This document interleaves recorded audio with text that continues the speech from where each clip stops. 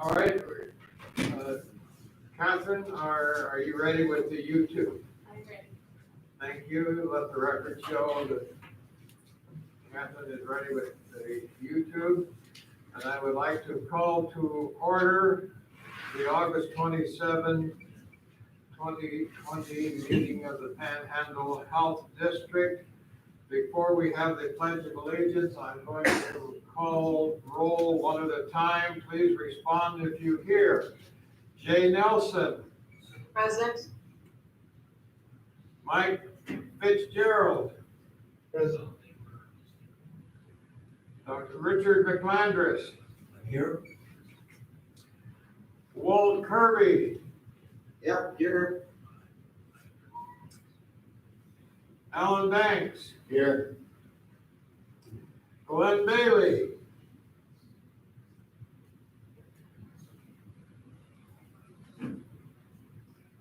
Glenn Bailey, roll call. Present. And I am Arlo Thompson, present.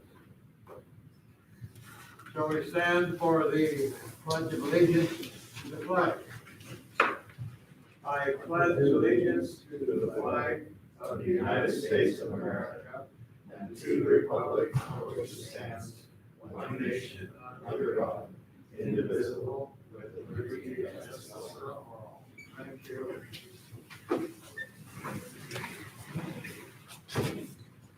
You have before you the agenda for today's meeting.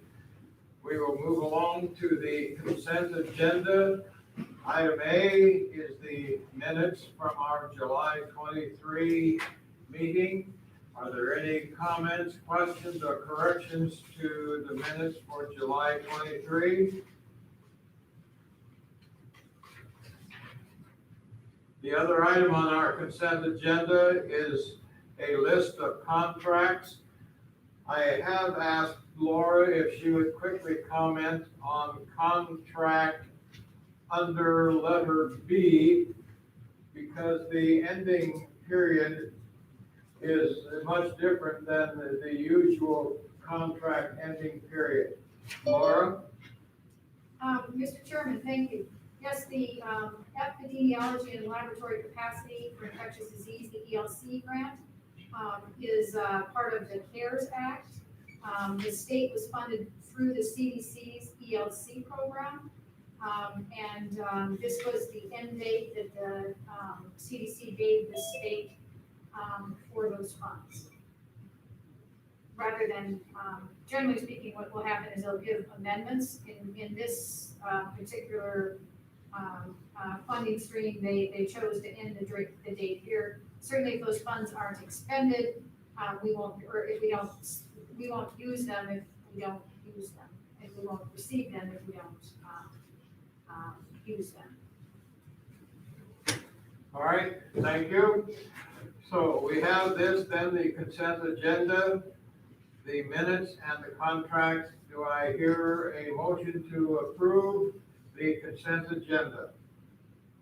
Mr. Chairman, I would move to approve the consent agenda with the exception of items C and F related to immunizations. Okay, items C and F, you would like pulled? Yes, sir. All right. You hear the motion. Is there a second to the motion that we approve with the exception of items C and F of the contracts? Is there a second? Who said it? Hey. Okay, Walt, we have a second. Any other discussion? If not, all in favor of approving the motion as presented indicate by saying aye. Aye. Aye. And opposed, no. Nay. Was that one opposed? And I'm also a nay. Okay. I believe the motion passes. Items C and F are pulled. Do you wish to pursue the question right now, or do you want to defer to a later part of the meeting? We can pursue right now, Mr. Chairman, as far as I'm concerned. I just wish to have them pulled for discussion because I don't believe there have been any studies to indicate safety or efficacy of these immunizations, and for that reason, I'm opposed to their use in public health. Okay, thank you. In the meantime, the majority of the vote is to pass all of the items under the contracts. Any other comment or question? Otherwise, we have voted. Excuse me, Mr. Chairman, the way I think the vote went is the consent agenda was approved as to all contracts except that listed in C and F. So everything else is approved, so that's already done. So if the board wants to consider approving the contracts that are C and F, we need a separate motion to do that. That's my understanding as well. Right. So somebody on the board, if they want to, can make the motion and we can have that. Mr. Chairman? And then repeat first. Mr. Chairman? All right, the board recognizes Dr. McLandris. Make sure all the board members are clear, that's my understanding as well. We agreed to all but C and F. So for purpose of discussion, it sounds like Dr. Banks wants to discuss it. So I would make a motion that we approve item C. Just item C. We can discuss them one at a time, I thought it'd be clear. All right. We will discuss then, is there a second to the motions which Dr. McLandris has just made? A second that C be discussed separately? Second. All right. There's a motion and a second that we discuss item C separately. All in favor, say aye. Aye. And no? Okay, we're open for discussion then on item C. Mr. Chairman? Yes, If I might, just give a synopsis of the immunization site visit contract. It is simply to go to provider sites that accept the vaccine for children and assure that they are up to date on the schedule and if they're storing the vaccine correctly, providing technical assistance to the providers that accept vaccine for children from the state. And this is actually, I think, an improvement in the use of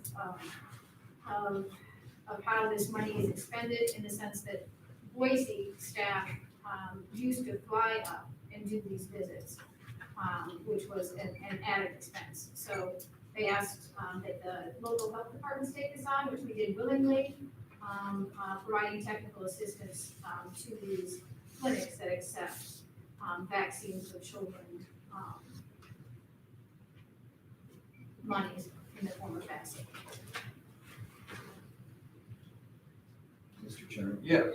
Yeah, I'm just voicing my opposition simply because it gives the public the idea that these vaccines have been tested, that they've been proven safe and effective, and to the best of my knowledge, that is not the case. And so by putting our imprimatur of safety on this, we're actually misleading the public. All right, any other discussion?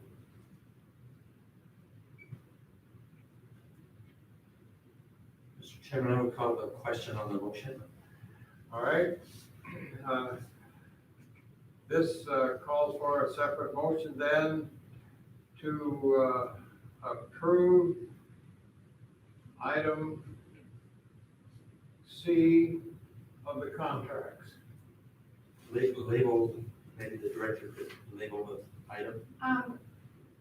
Mr. Chairman, yes, this is the contract HC 5500 in the amount of $10,600.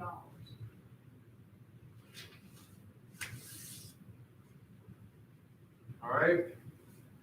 Are you ready to vote? If so, all in favor then of approving this item C, which has been identified by number, indicate by saying aye. Aye. And opposed, no. No. Do I hear one no? All right, let the record show that the motion passes with one negative vote. Moving on then to item F. And to identify that, Laura, give us that number. Mr. Chairman, it is contract HC 200000 in the amount of $50,580. All right, Chairman, I would make a motion that we approve this item. Second. all right, moved and seconded that we approve item F. Is there further discussion before we vote? Mr. Chairman, Yes. same objection as before. I know no studies that have shown that these immunizations are safe and effective, and for that reason, I'm opposed to them. All right, any other discussion? Mr. Chairman, would you Yes. like me to explain the deliverables? You go ahead. This is primarily an education grant for our staff to assure that they are up to date and attend meetings to understand from the state perspective what the latest in vaccine administration and safety are. It also includes some district-specific activities, which we'll be working perhaps to do some drive-through influenza vaccination clinics and partner with local businesses to provide flu vaccines such as NIC, perhaps early pediatrics, and working to get an electronic flu enrollment form this coming year. Any other comment or question on this particular contract? If not, I'll call for a vote. All in favor of adopting this, approving this, indicate by saying aye. Aye. Aye.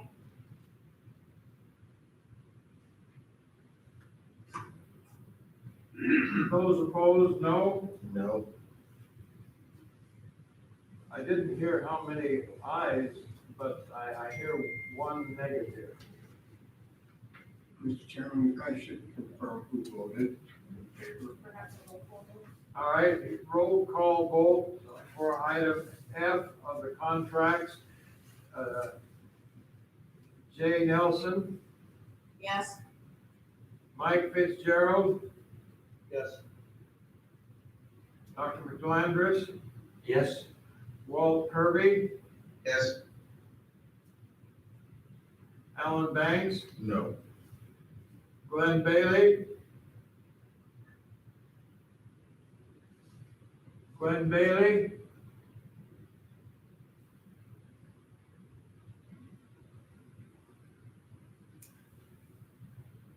Now it's difficult for me to know whether to call this an abstention. Glenn, can you hear us?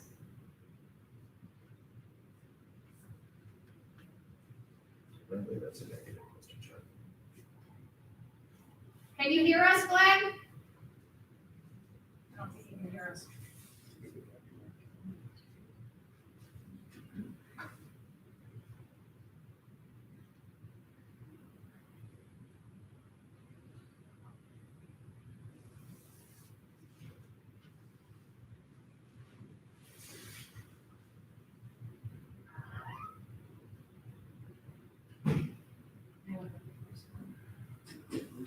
So what would you suggest we do in this case?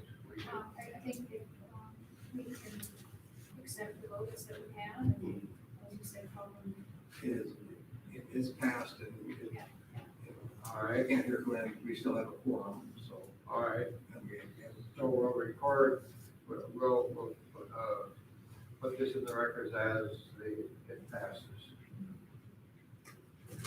Okay, let's move on to item 4, the trustee report, Hey, I'm gonna, no, I don't hear. Glenn Bailey. Say something, Jen. Give me on the bullet or just the phone? There we go. We lost your audio, so we're just checking in. Okay, yeah, I can't hear the me, so, Do you want me to leave you on, We're calling for the trustee report. give me 1 minute. Okay, Glenn, you were on speaker. I'm gonna put you by the microphone. Just don't push any buttons, because you're losing.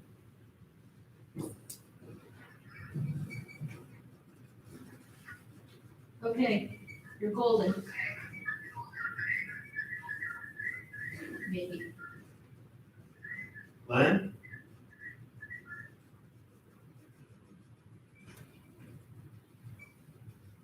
How could I have lost it? Connection's still there, he says his name. He might be in the spot. I don't know if we move on to the next item and we come back. All right, we will move on. And behind the black mask over here is Don Duffy. We will call on Don to give his report at this time. Great, thank you, Mr. Chairman. You may remember several months ago, we talked about home health based on the report that we got from the state that the Board of Health is the governing body for home health here at Panhandle Health. And as part of that, we need to review certain things with the Board of Health. What I'd like to present to you now, and you should have this document, very simple document in your packet, is a quality improvement project that we are beginning to, and we wish to implement. And this has to do with the plans of care that we provide for our patients. So just a little background into that. So when a patient, when we get a referral from a provider, our nurses will go out and assess the needs of that patient and create a plan of care over the period of time that we're caring for that patient. And so our quality improvement project is, as it states here in our aim statement, beginning September 1, 2020, all Panhandle home health plans of care within the RN assessment and documentation will thoroughly describe the patient condition, referencing the diagnosis of the referring medical provider and the initial RN assessment. So we want to make sure that the plan of care references the diagnosis or the reason that the provider sent us that patient, and also covers the initial assessment that we're doing what the assessment says. And then to review and so then what will happen is once that plan of care is completed, the Panhandle Home Health RN manager will review each plan of care to ensure the direction above is followed. Plans of care not meeting the criteria will be discussed with the RN, providing the assessment and corrected immediately. So make sure our plan of care references the RN assessment, follows the diagnosis, and then each one of those will be reviewed by our RN manager. And then as far as reporting, every 6 months, I will give you a very brief update on how we're coming in with that quality improvement project. That's all I have, Mr. Chairman. All right, will go down as a report on which there is no action necessary today. Moving on. Jeff Lee, can you hear us? Yes, sir, I can hear you. All right. We're at the item of the COVID-19 update and the regional gating plan. And you, Mr. Lee, and Director Laura have the floor. Thank you, Mr. Chairman. Jeff, if I could have you start with just our COVID update for the board, please?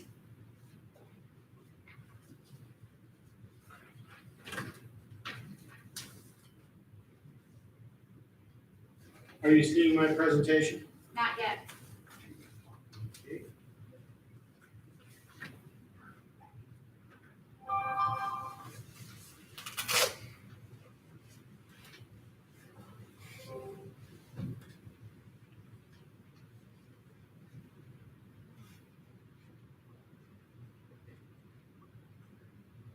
How about now?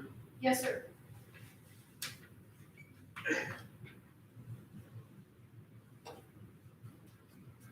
All righty, thank you. So as of this morning, we've had 2,695 cases reported in the 5 northern counties. You can see the breakdown by county, along with the incidence rate based on population, or 100,000 population. We're seeing a lot of activity based on population in Benoit County, Cooney County, and especially in Shoshone County.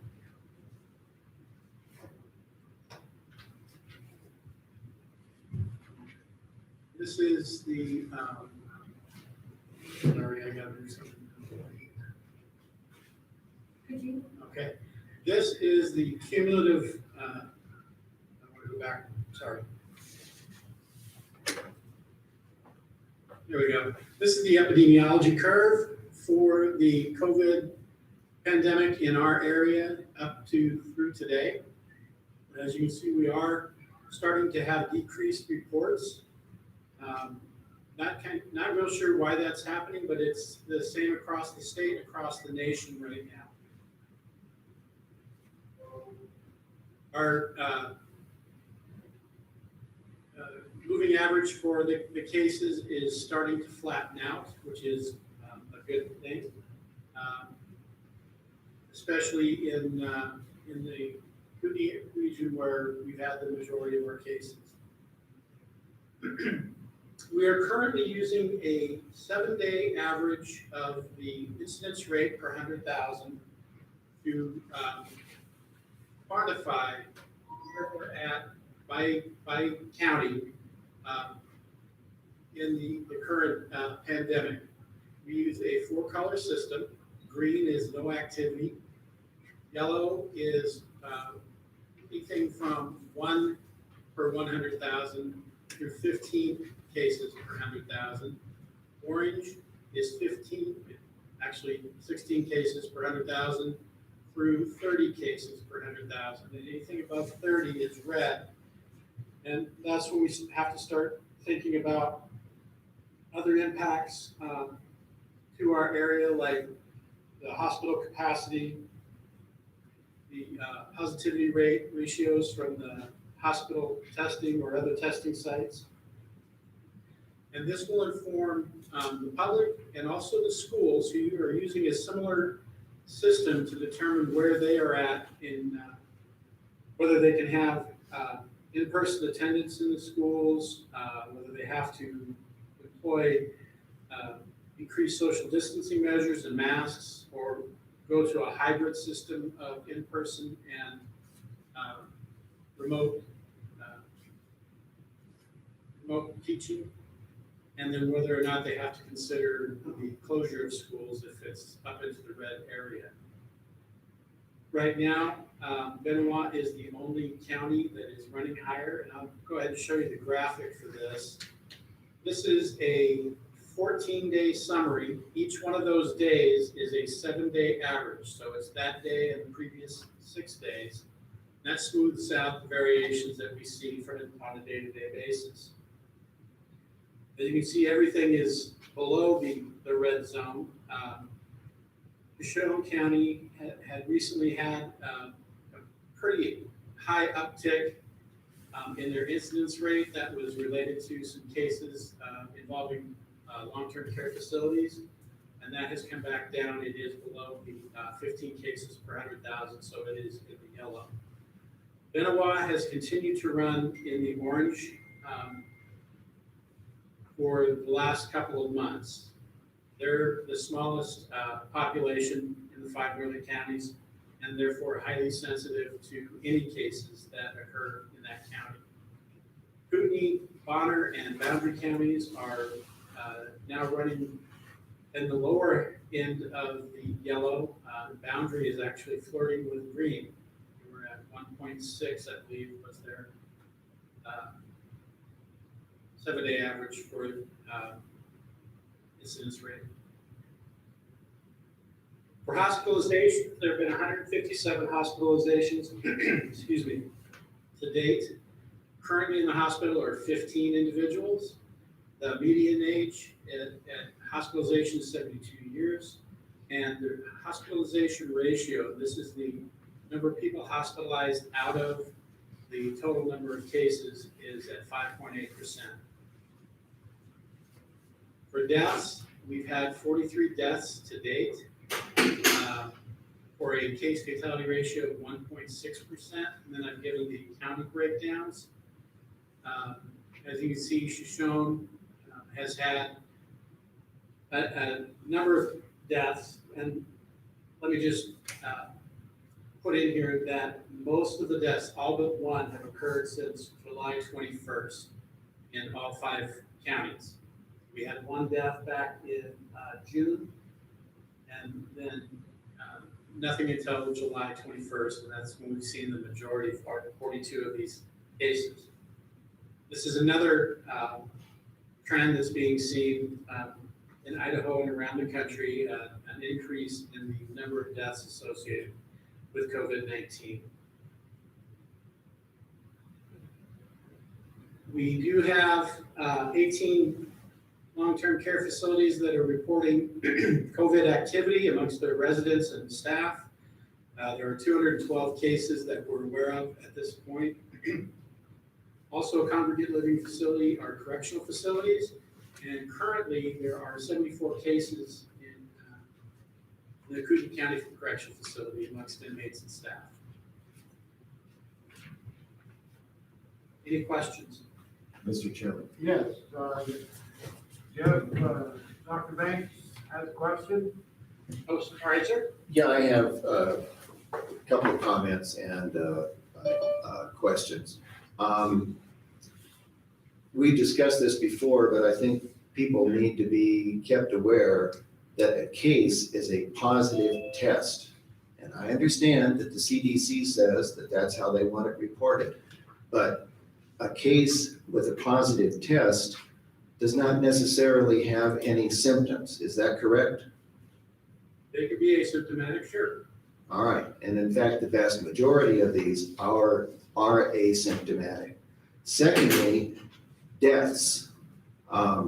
Deaths, if someone dies of any cause and they test positive for COVID-19 in the various tests, that's considered a COVID-19 death, is it not? That is the decision of the attending physician. They're the ones that report it. It goes to vital statistics. And they're the ones that determine where COVID-19 falls on the list. Okay, and So, one other. I'm not a physician. I'm not going to try and second guess when they made the decision that the cause of death was COVID-19. All right, and number 3, the hospitalizations with COVID-19. I asked the hospital administrators at our last meeting the same question I'm going to ask you, and that is that if somebody is admitted to the hospital and they test positive for COVID-19, then they're listed as a COVID-19 hospitalization, are they not?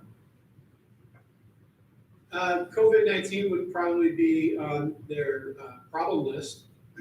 They would be placed in the COVID-19 section, but if that's not their primary reason for hospitalization, they would also list the other reasons. If somebody comes in after a car accident, trauma is going to be on their list as well. It may be on their list as well. I asked Mr. Evans this question, and he said that, in fact, they would be listed as a COVID patient because they tested positive. Anyway, thank you. Related to the COVID-19 section, the hospital has a special area so that they can maintain better protection of staff and other patients in the hospital. I'm pretty sure that they're not going to dismiss any other reasons for hospitalization because someone does test positive for COVID-19. Anyway. Rather admit it. Thank you. Mr. Chairman? Jeffrey, did you have anything else? Not this time. Did I answer everybody's questions? Mr. Chairman, I have a question. Yes. Jeff, question, Dr. Banks indicated that he said the vast majority of COVID positive are asymptomatic. Do we have statistics regarding the number of positive COVID-19 tests that are asymptomatic? Do we have, There are variants in our district, do we have those stats? out there in the literature. Right. But the In our problem district. is finding an appropriate denominator for all of these tests. We don't know everybody who is potentially infected, especially if they're asymptomatic in healthcare, they may not get tested. So it's hard to say with any precision, but the numbers that I've seen are well under 50% and actually under 40% of the cases are asymptomatic. But this is an evolving situation and that can change as testing technology and availability of testing improves. So the latest research that I've read shows a 40% asymptomatic statistics nationally. And then just a comment regarding cause of death, which is what are listed as cause of death. Physicians signing a death certificate are legally and professionally bound to determine cause of death based on the clinical situation. So in all cases in which are declared as COVID-19 are input by professional and legal responsibility of the physician. Just wanted to point that out. Thanks. Any other questions, comments regarding Jeff's report? Thank you, Jeff. We'll go back to Laura. Thank you, Mr. Chairman. So in your packets and if you would please, Jared, put up the regional gating plan. This is a regional gating plan that primarily I need to have it for the schools because they are looking to us for community transmission rates. And utilizing the what Jeff described earlier with the 7-day incidents, those are new cases. It's not cumulative, it's new cases, 7-day rolling average. And we're using that as one of the indicators for the schools and for transmission rates, as well as positivity rates, as well as hospital capacity. And I am pleased to, as you're all, I'm sure, well aware, we've been seeing a decline in all of our counties, with the exception perhaps of Shoshone for a brief spell with a spike they had due to a long-term care facility, and Benawa with some of the ongoing issues that they're having in one of their communities. So we have the risk levels here.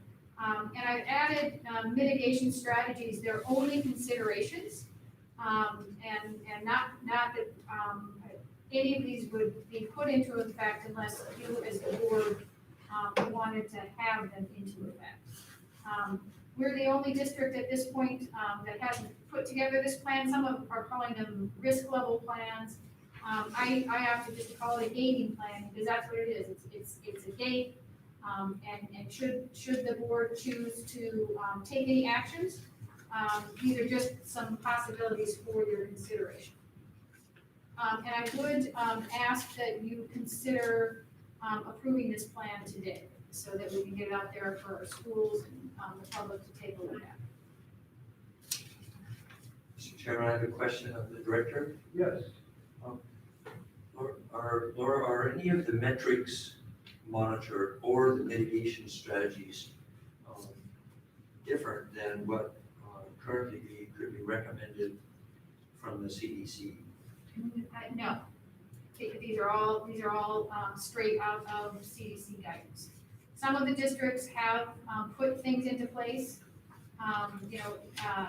as far as limiting crowds, differently than what we have done. We certainly, in Cooley County, as you're all well aware, issued the mask ordinance or mandate. But District 4 has put into place some additional things, as well as District 6, as far as crowds and bars. So a follow-up question, are any of these notably different than other districts? Any particular item of mitigation strategies particularly different than, for example, especially the largest district, the central district? Mr. Chairman, the only difference would be is, I have them all in as considerations for the board.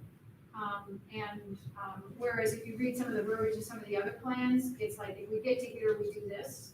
So kind of I don't know if it's pre-approval or really how that works, but I have them as just for consideration of the board.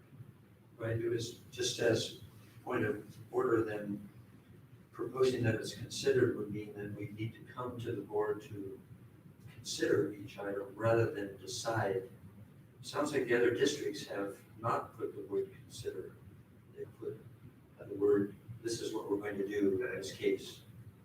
Mr. Chairman, but yet they still go to their board and have them, even though that's how they worded it, they still have the board, because the board's the one that's gonna issue the order.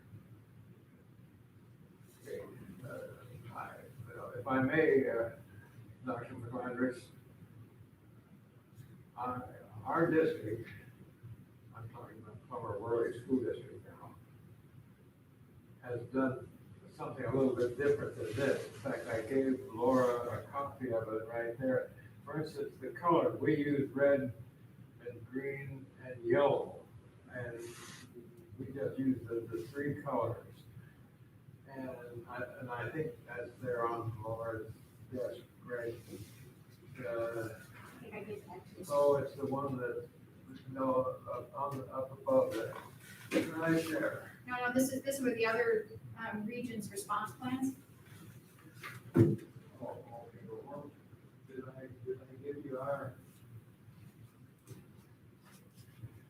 I'm sorry, I thought, that's all right, let it go, but yes, every district has to come up with their own little details, and sometimes it just gets quite mind-boggling to try to figure out how you're going to accommodate, let's say, spectators to a sport. Like a football player would be allowed 4 guests and they could stay in a block on the bleachers. And all just details that we wouldn't want to try to deal with on a health district level, but has to be dealt with on a local school level. Mr. Chairman, the State Board of Education in their framework for going back to school did have 3 levels. They had a green, which was minimal transmission, and they had a yellow, which was minimal to moderate, and then they had a red, which was substantial. The schools in a loud voice really wanted to differentiate. Most of them did between the min and the mod, so we created the yellow and the orange at the behest of the school superintendents. Any other comments or questions? All right, Laura is asking that this be an action item, this gating plan. So if this is what the board wishes to do, I'll entertain a vote of a motion that we approve this gating plan as presented at this board meeting. Mr. Chairman, I would make a motion that we approve the presented COVID-19 regional gating plan as presented by our director. All right, there's a motion. Did I hear a second? Yes, sir, second. All right, a second from Jay Nelson. Any questions or comments on the motion? Yeah, Mr. Chairman. Yes.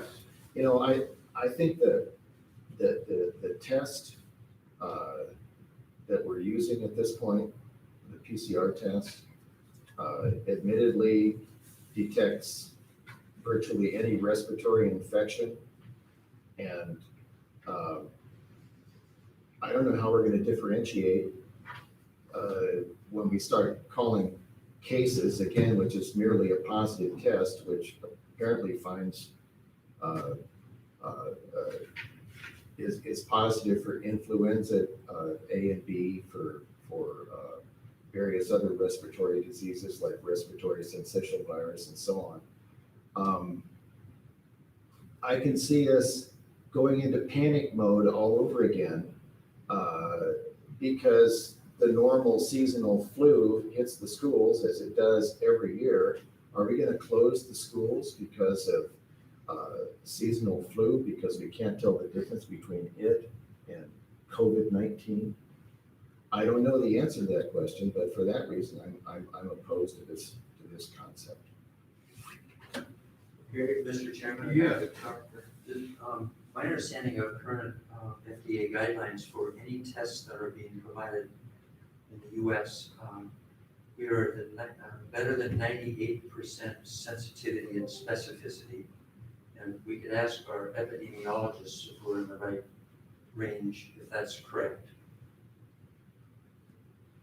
Yes, that is correct. Yeah, The sensitivity is, or the specificity is way up high in the 90s, which means that there is a low likelihood of false positives. The sensitivity is not as high, and that leads to potentially false negatives. And the PCR test, is being that specific, is not detecting not detecting flu viruses.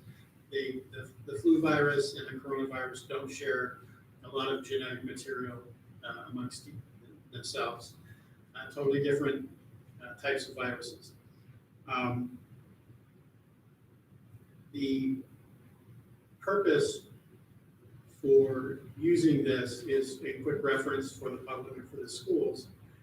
The guidance was given out somewhat ambiguously, only providing a qualitative description of what each of these levels should be. And it was up to each of the districts to go and quantify those levels. Mr. Chairman? yes. To clarify as well, is the health district would not close a school. That's the school board, the school board's responsibility. Certainly we're there in an advisory role at this point in time. And I can't imagine, not in my tenure, have we ever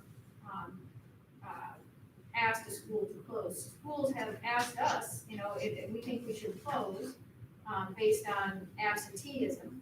And they made that decision, and of course we would support that decision, but we would not and have not gone to a school and said, you need to close. It's a collaborative relationship we have with these school boards.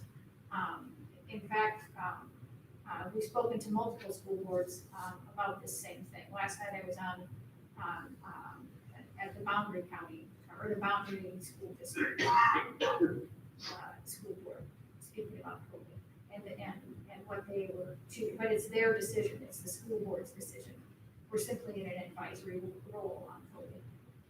at their behest.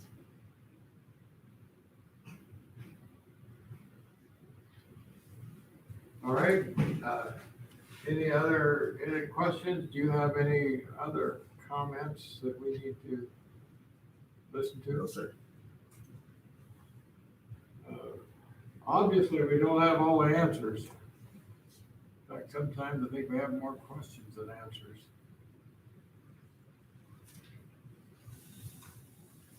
All right, we have a motion on the floor with a second. Are you ready to vote?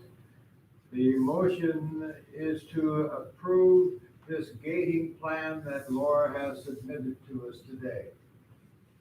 If you're ready to vote, all in favor of approving this plan, indicate by saying aye. Aye. Aye. And opposed, no. No. And record one negative on the vote. And, Can you tell me, is Glenn on there or not? I'm sorry? Is Glenn up there or not? I'm here. Okay, good. I didn't hear your voice. Yeah, I keep losing contact. It keeps coming and going.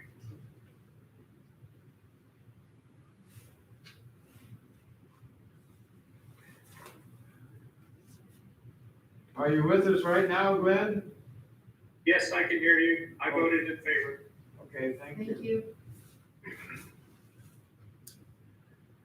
All right. That takes care of the COVID-19 update plan.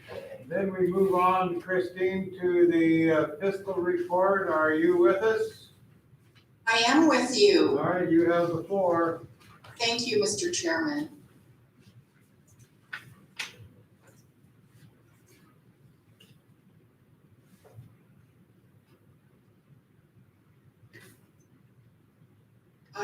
As soon as I find the file here, I will put it on the screen.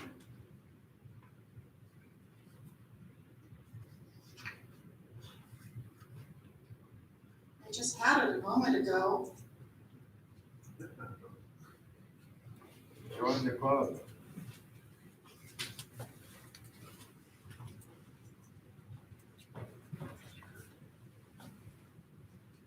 Wow.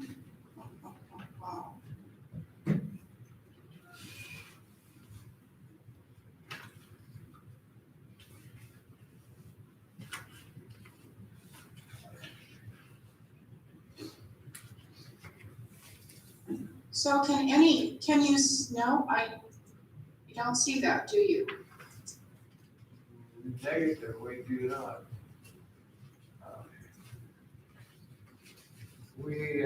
Okay, let's start with our budget to actual. I can see that, just a moment.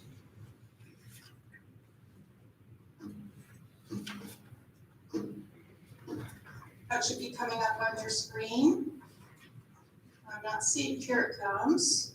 Okay, so there's the budget to actual. Robert just popped in, maybe he can assist with getting the cash history up. That's the one that's being fussy. I'm going to minimize that.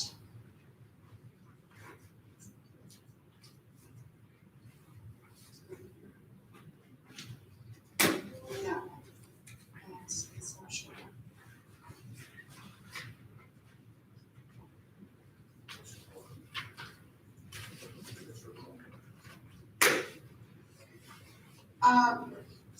Let's go with our.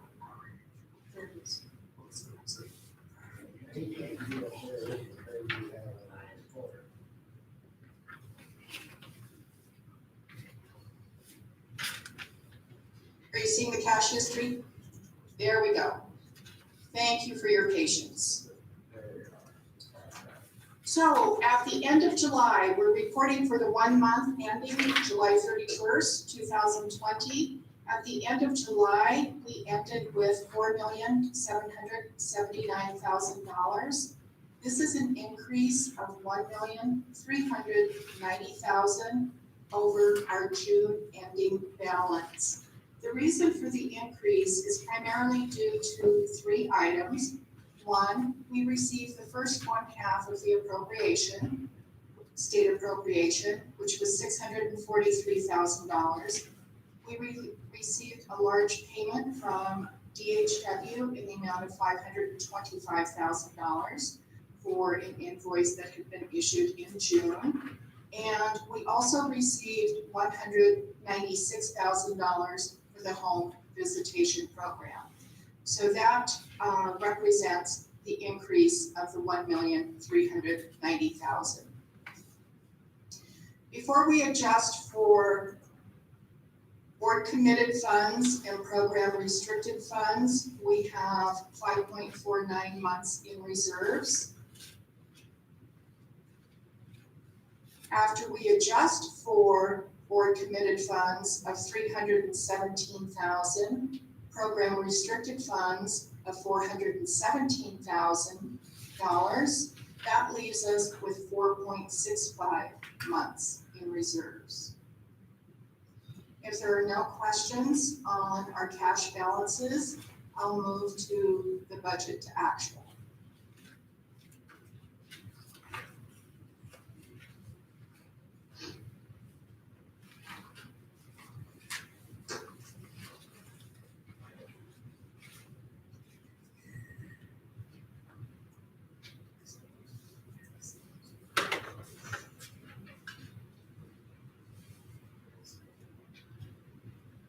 Should be popping up on your screen. There it is. There we go. So this is the consolidated version for the 1 month ending. If you recall, back in May, we approved the budget for fiscal year 2021. That approved budget is $12,409,000. Keep in mind the year-to-date budget column K here, only represents 1/12 of the budget. And again, we're only reporting on 1 month. So total revenue ending July 31st was $1,853,000. We were over budget by $269,000. Total personnel expense, $691,000. We were over budget by $6,300. Our total operating expenditures for the month of July, $149,000. We were under budget by $106,000. Keep in mind, it's only 1 month, and typically at the beginning of the fiscal year, our spending is low. Our total capital expenditures for the end of July, $27,500, which represents the principal portion of our facility loans. Total trustee and benefit payments, $2,116, over budget by $1,900. Total expenditures for the month of July, $870,000.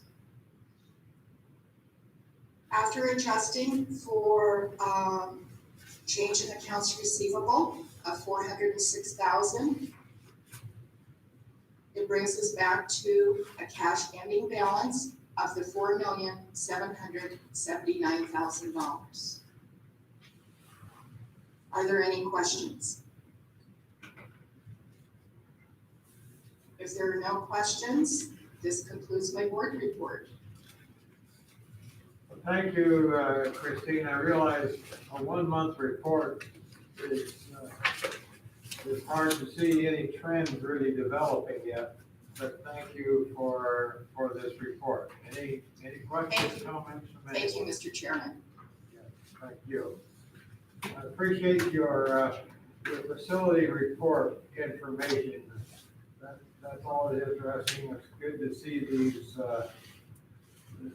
debts come down. It is good to see. All right. Glenn Bailey, do you have the ear right now? Can you hear me?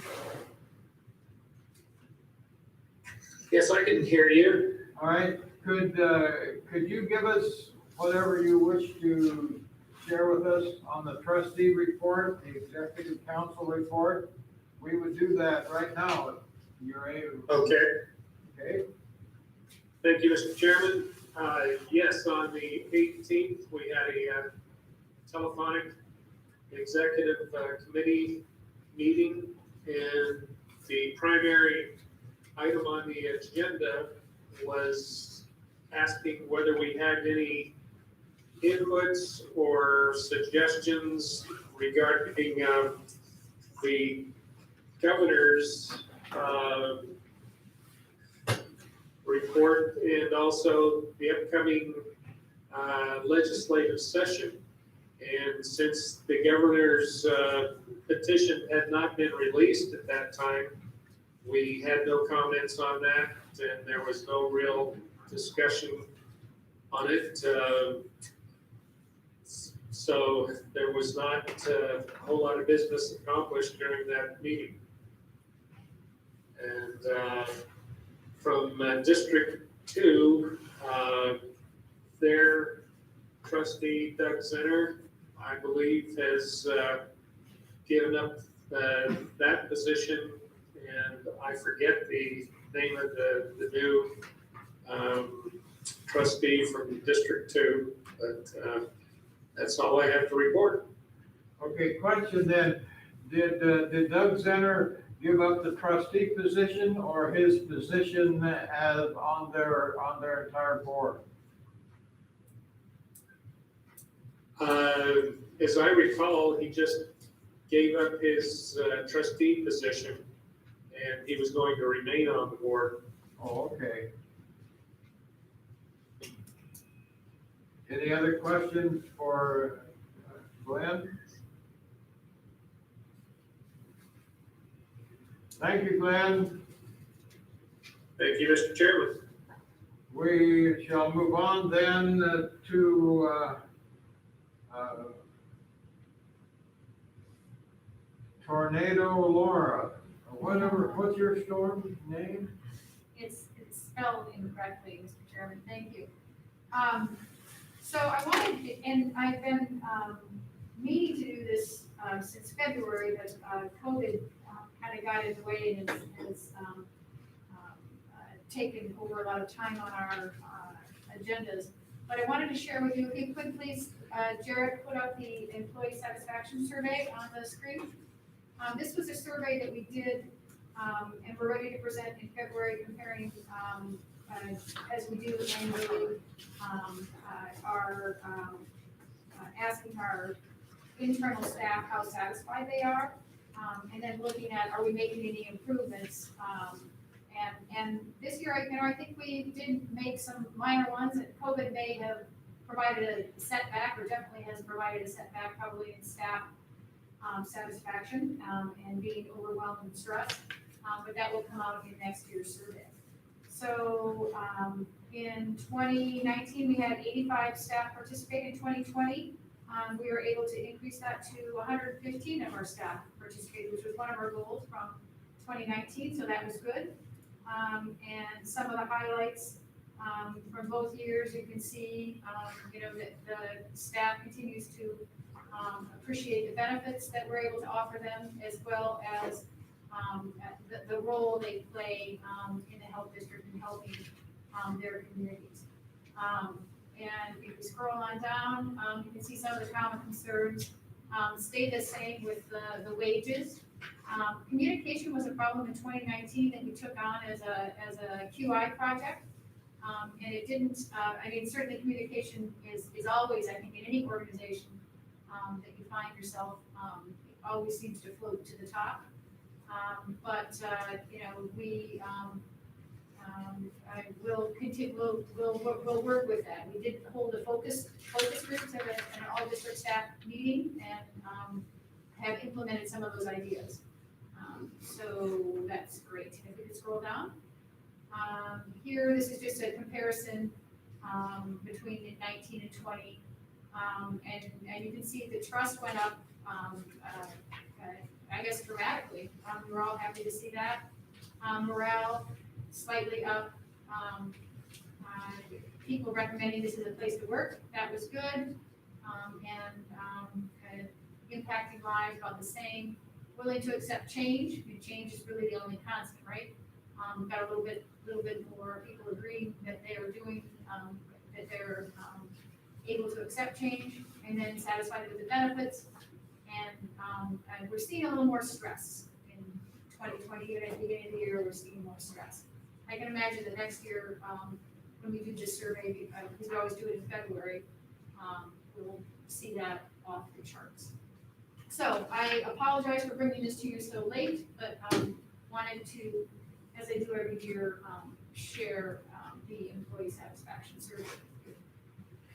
The State Board of Health, this was a first during my tenure. The State Board of Health asked the public health directors to come to their, or virtually come to their meeting. And Marla was able to attend as well. This was last week, I believe, right, Marla? Could be. And it was interesting. They just wanted to get a local perspective of how we're doing. I think I had some communication later with one of the members named Dufresne, and he was a former director in District 2 and another district. And he remembered Mr. Belmont fondly. So it was good to hear from them. They're quite in our corner, if you will, and appreciative of all the work that the boards were doing.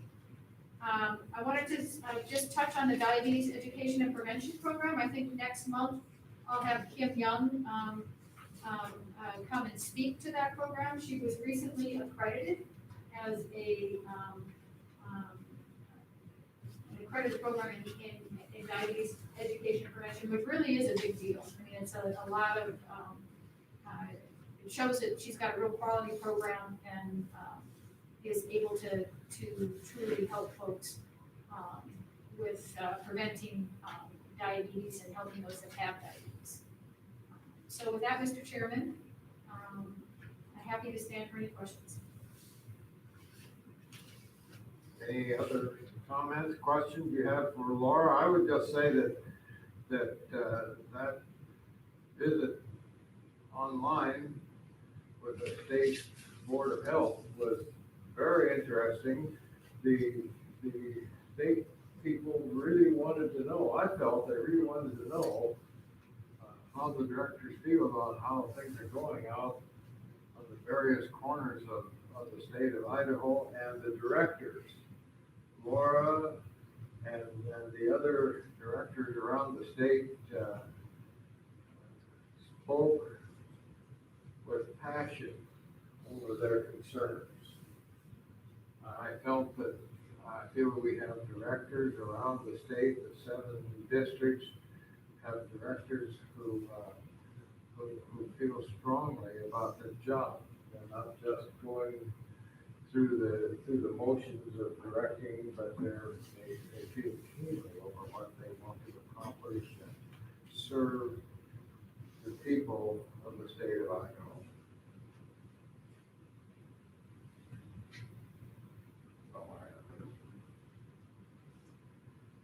Anything more, Laura? No, sir. That concludes your director's report for this meeting. If that's the case, then we are at the end of this portion of our agenda. And at this point, we have some executive session business to take care of. I would entertain a motion that we go into executive session under Idaho Code 74-206, Section F, to communicate with our legal counsel. Is there a motion? So moved, Mr. Chairman. All right, Second. if it's been moved and seconded, then this calls for a roll call vote. I'm calling roll now to go into executive session. Jay Nelson, Yes. Mike Fitzgerald, Yes. Richard McLandris, Yes? Walt Kirby, Aye. Alan Banks, Yes. Glenn Bailey, Yes. Marlo Thompson votes yes. And we are in executive session. And ma'am, thank you for coming to our meeting today in executive session.